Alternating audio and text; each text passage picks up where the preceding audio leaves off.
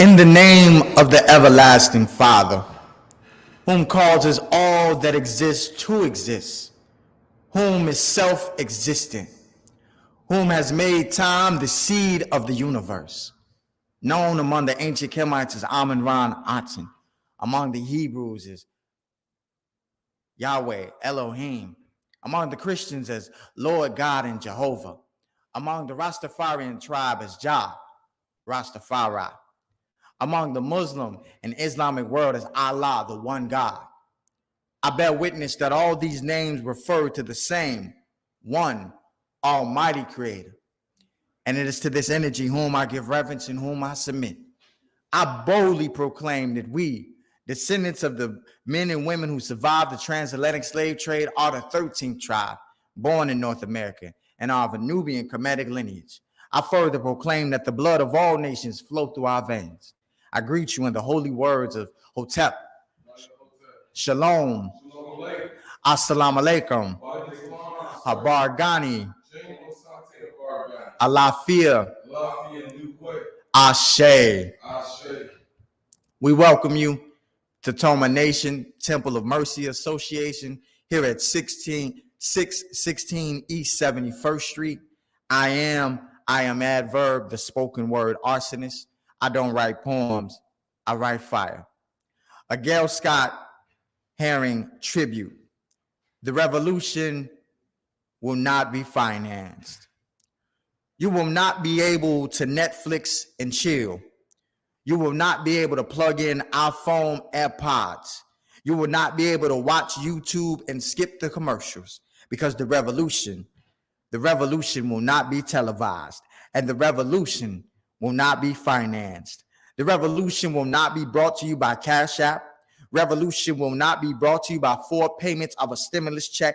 The revolution will not show you pic of dead presidents. The revolution will not show you family photos of Uncle Sam and Auntie Sally Mae. The revolution will not be televised. There will be no selfies of their nephew, the Kia boys who drive in a stolen car. If you know who you are and whose you are, the revolution will not be financed. The revolution will not be brought to you by Bank of America and will not accept Zelle, PayPal, Venmo, or Chime. The revolution will not give your nonprofits grants. The revolution will not give your business loans. The revolution will not make you money because the revolution will not be financed, brother. The revolution will not give your church donation. The revolution will not give your cause GoFundMe. The revolution will not give your people reparations because the revolution will not be financed, sister. America has closed to Bill Gates and still wants to build a wall. You will not be able to shop with Jeff Bezos. You will not be able to drive with Elon Musk. You will not be able to post with Zuckerberg because the revolution will not be financed. You will not be able to shop with Amazon, drive with Tesla, or post with Meta because the revolution will not be financed. The revolution will not accept credit or debit.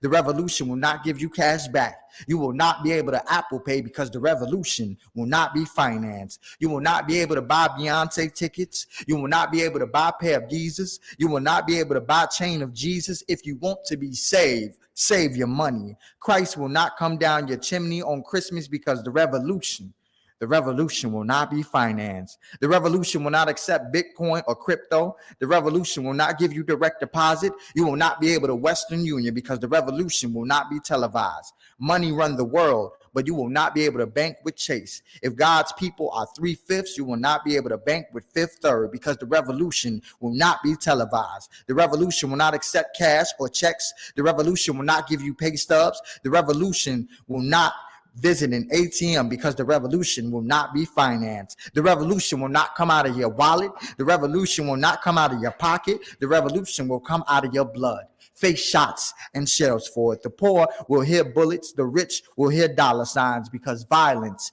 is a business. Crime pays hospital and employs police. Foreigners in your land will open stores while you gradually lose yours because the revolution will not be financed. The revolution will not be televised. The revolution will not be on Xfinity. The revolution will not be on Roku, will not be on Fire Stick. The revolution will not be online. Brothers, sisters, the revolution will be live. Facebook, live.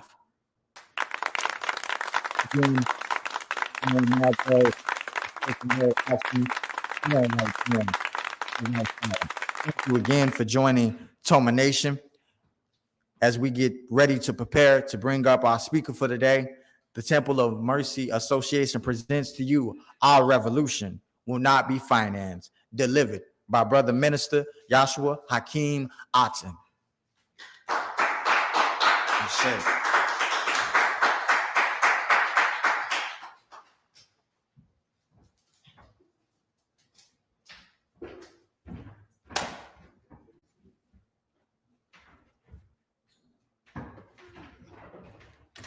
Greetings, greetings, greetings. Was that piece not an arsenal? Yes, sir. Not just fire, but an arson? The revolution will not be financed. In the name of the everlasting Father, he that causes all that exists to exist, he that is self-existent, he who directs the sunships of millions and trillions of years, and he who's made time the seed of the universe. He's known among the ancient Kemites or the indigenous people of Africa as Amin-Ra and Aton. Among the Hebrews is Ansaf, Yahweh, and Elohim. Among the Christians is Lord God and Jehovah. Among the Muslim and the Islamic world is Allah, the one God. I bear witness that all of these names refer to the same one Almighty God, and it is to him whom I give reverence and to whom I submit. I boldly proclaim that we, the black men and women that survived the transatlantic slave trade, are the lost 13th tribe, born in North America, and that we are of a Nubian Kemetic lineage. I further proclaim that the blood of all the nations flow through our veins. It's in that essence and purpose that I greet you, my brothers and sisters, in the ancient but holy words of peace, which are Hotep, Shalom, Assalamu alaikum, Abargani, and Alafia. All the greetings and salutations in the various languages, persuasions, and religions that we happen to find black people in the wholes of North America involved in, we just want to greet you and make sure that everyone is recognized. Today I won't be before you long, but I definitely have to be strong. And the topic of my discussion today, or my lecture, is our revolution will not be financed. Yes, sir. I'll say that again. Our revolution will not be financed. Yes, sir. I'll add to that. Our revolution will not be televised, but it's coming to you Facebook Live. Yes, sir. Yes, sir. Because there are some things that we, the black community, must do in order to survive Abel 2029. What is Abel 2029? It is a diabolical plot that was put together by foreign, American, and European nations that have all come together and decided that they're going to cleanse the earth of 2.4 billion people of color through the act of genocide. They put out a statistic last quarter that says that the Social Security will run out in 2034. They put out another statistic that said the black wealth of the community will be at zero in 2053. Well, what are they using? What formula are they using to come up with this equation? What formula are they using, or have they used on the black man, that all of a sudden there are 22 black women for every one black man? Where are the rest of the black men? What has happened to them? Did they just fall off the face of the earth? Or are we talking about the 1.8 million people that are incarcerated in America and 87% of them are black? Yes, sir. Or should we talk about the 30 million abortions that Planned Parenthood do every year, and we know the majority of those abortions are what? Black. Or should we talk about the killings that are taking place in our communities, where we're reaching thousands of documented homicides? We're not going to talk about the undocumented homicides, but just the documented homicides. We're averaging 1,000 homicides in each one of our major cities every year. And then let's talk about the overdose. Let's talk about the drugs. We know that the report was put out by a police commander who mysteriously came up dead. They say he was a victim of suicide, but we know he released a report that said that there were 3 times as many overdoses on fentanyl as there was homicides in the community. I'll say that again. He released a report that said that there were 3 times more overdoses on fentanyl than there were homicides in the community, but we only keep count of the homicides. We only keep count of the shootings that's going on in our community. Why is that? Why is no one talking about the fentanyl overdoses that are happening in the community? Why is nobody talking about the addiction to alcohol that we have in our community and its correlation to the death in our community? Knowing that the report says 89% of all homicides committed are committed under the influence of alcohol. But yet we have black elected officials that will allow alcohol stores and liquor stores to open up right next door to daycares, knowing that that goes against the city ordinance. But how does that seem to happen in the black community? These are things that we need to ask ourselves. So when I say the revolution won't be financed, it won't be financed because our condition is a $1 billion industry. You think the judges want to be out of a job? You think the district attorney don't want a job? You think the state's attorney, the prosecutor, you think the police, the state police, the Cook County Department of Corrections want to go out of business? Well, when the black man and woman get our act together, they would go out of business. So our revolution won't be financed. And now that we're talking about our revolution, it's important to understand that anybody speaking in the best interest of black people today, hear me and hear me good.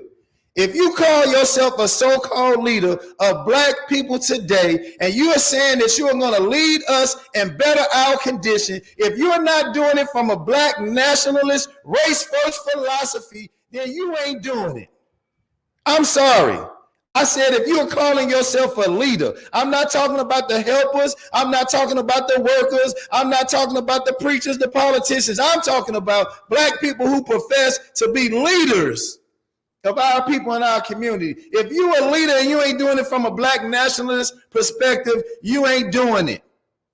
Because any other way that you receive any type of finance, help, or funding is not going to be permanent or long-term to our suffering and our pain.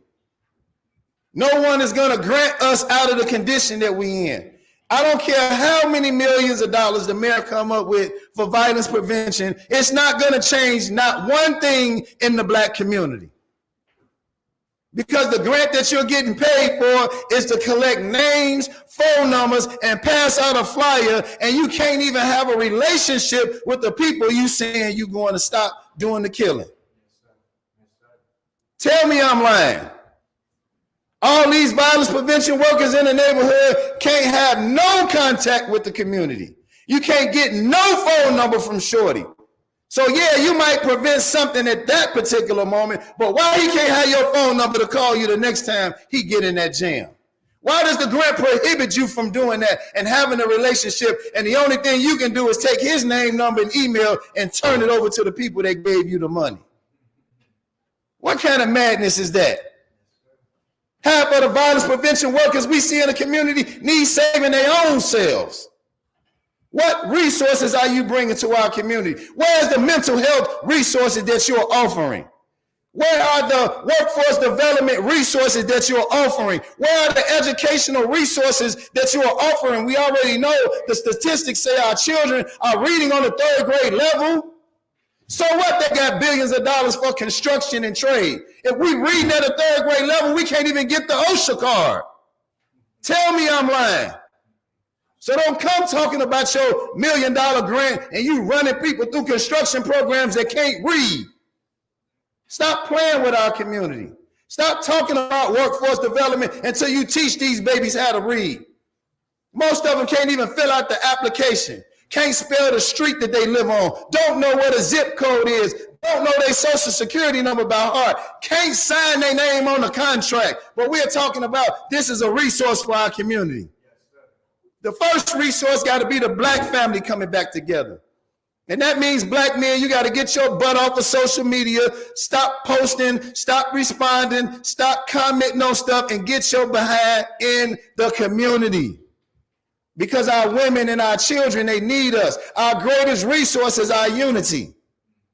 And that unity has to be formulated under a black nationalist and a race-first philosophy. We can't have black leadership crying at city council saying that, oh my God, we as black people have suffered so long. We understand the plight of the migrant. And so we must, as a community, as black people, sign off on this $51 million in resources. But oh my God, who's going to help the black community? That's what we elected your behind to do. You standing down there crying about some damn immigrants talking about they deserve $51 million, but you ain't going to stand up for our community. That's why those resources don't work. That's why grants don't work. That's why politicians don't work. I'm tired of black people talking about this black and brown coalition. Ain't no damn coalition.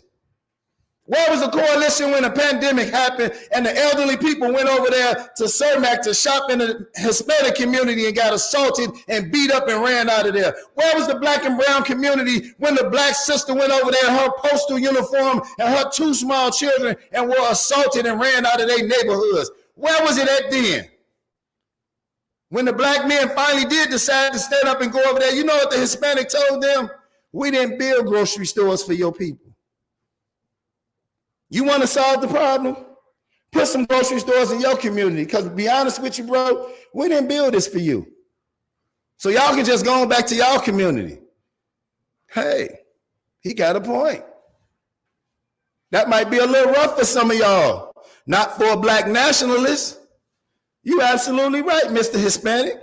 We need to come in our community and build our own grocery stores. We need to take over our own schools. We need to support the black educational institutions in our community. The Betty Shabazzes, the Barbara Sizemores, the Freedom Home Academies, Muhammad University of Islam. Somebody, rather than talk about Dr. Umar, should be helping Dr. Umar formulate this school that he's been trying to get for all of this time. Y'all want to make it like it's one man's fault. When there's a whole community of us that can be behind this brother, making sure whatever you say the problem is, ain't the problem no more. Whatever y'all think it is. But it gotta be a black nationalist race-first philosophy. We gotta have some people at the head of our community that don't give a damn about nobody else, but only care about us until this house get in order. We don't give a damn about nobody else. Our babies are dying in the street, living in the street. And y'all got the nerve to be giving a damn about a migrant sleeping at a police station receiving $6,000 a month. And y'all worried about them. Pookie Ray Ray ain't seen $6,000 all year. And y'all at the police station talking about send me Cash App and Zelle so I can feed the migrants. What about our people? So the leadership, the rest of y'all followers, y'all can get in line and y'all can do what y'all need to do. But there needs to be a coalition of black men and women who practice the philosophy of the Honorable Marcus Garvey. There needs to be a coalition of black men and women who practice the philosophy of the Most Honorable Elijah Muhammad. There needs to be a coalition of black men and women who practice the philosophy of Idi Amin. There needs to be a coalition of black men and women who practice the philosophy of race first. That's not anti-anybody, but I was always taught, get your own house in order. If you're on an airplane and the airplane is about to take a dive, they always come over the loudspeaker and they say, put your mask on first before you try to save anybody else. And that's all I'm employing black people in our community to do. But I know y'all want to know what the solution is.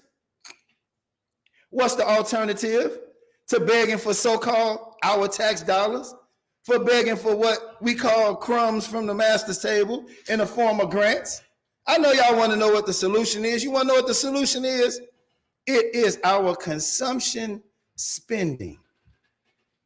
It's the $1 trillion we already have control of.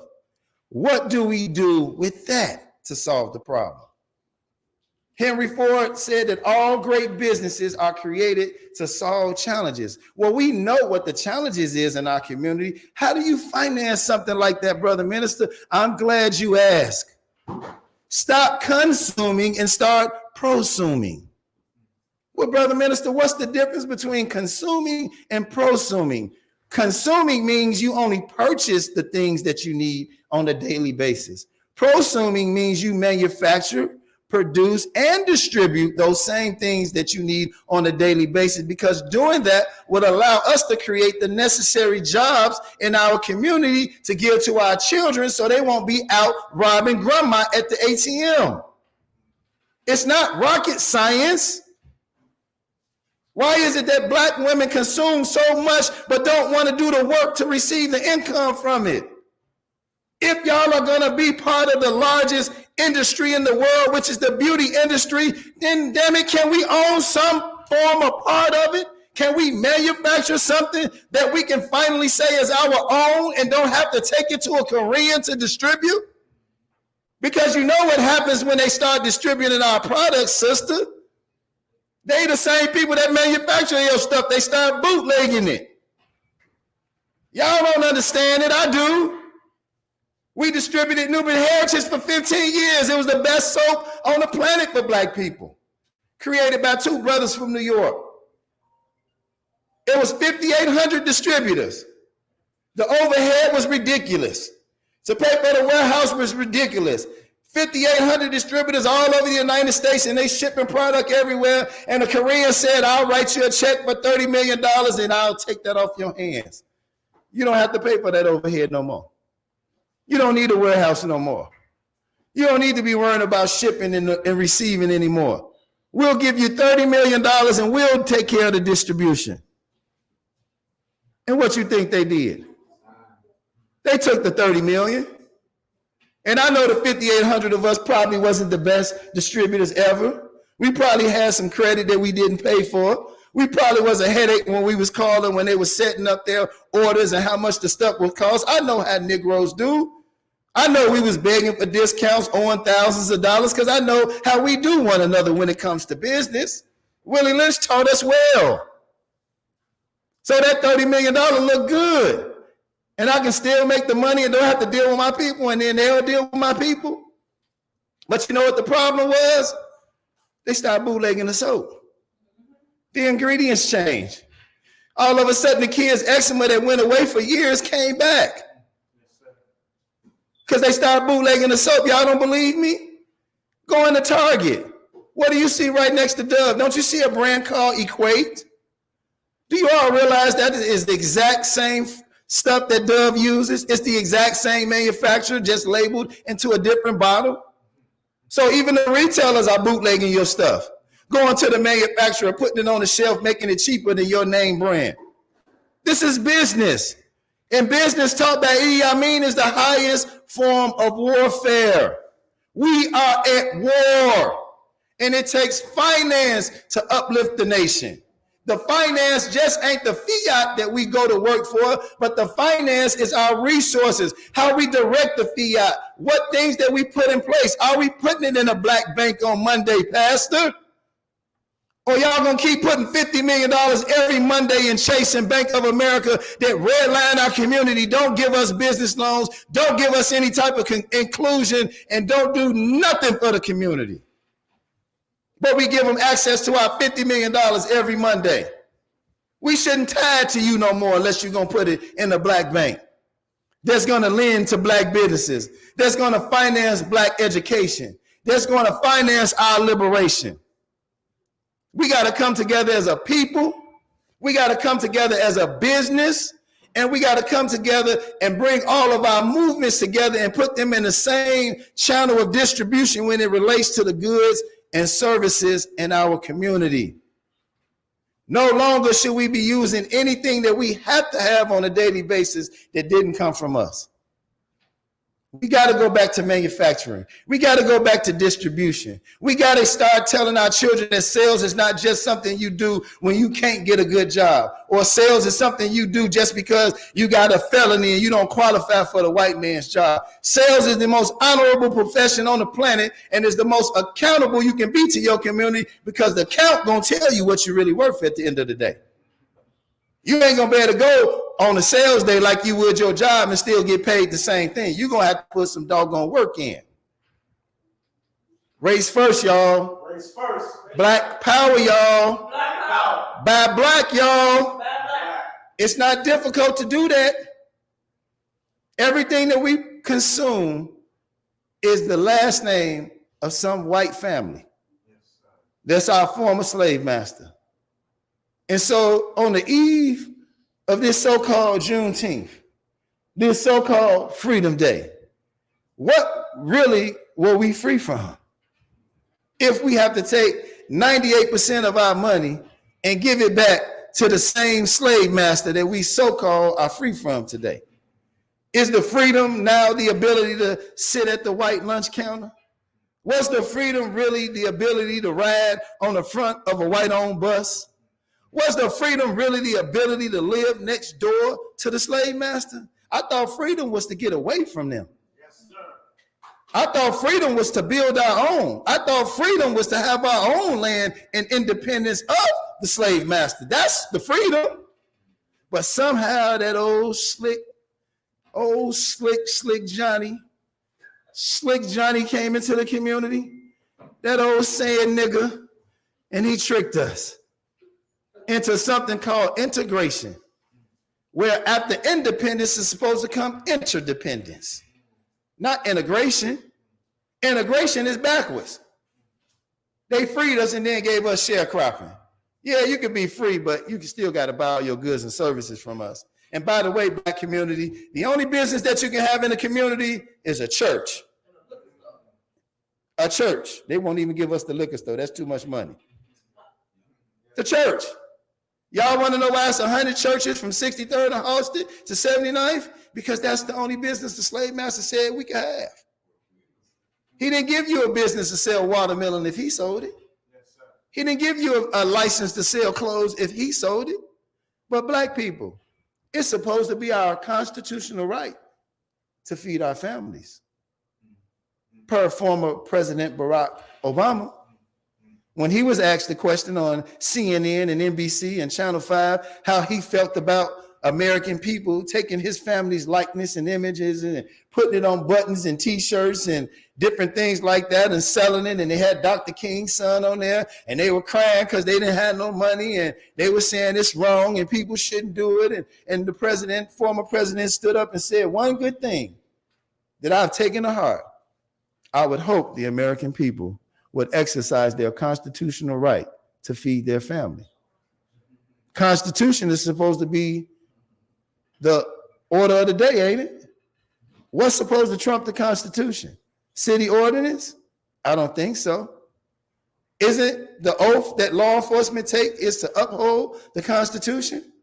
So black people, why are they still running up to us asking us for a business license when we're doing a constitutionally protected activity called feeding our family? Y'all ever thought about that?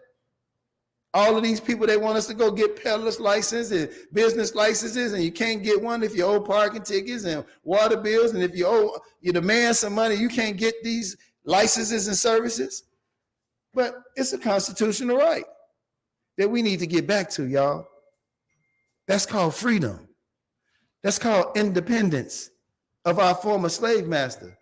And if we don't do nothing else, black people, let's come into our own. The essence of the eternal divine spirit, the one that causes all that exists to exist, the one that is self-existent. How many men have children and the children never meet their father? See, you created a void in that child because you are a part of that child. Black power! Black power! Black power! Black power! Black power!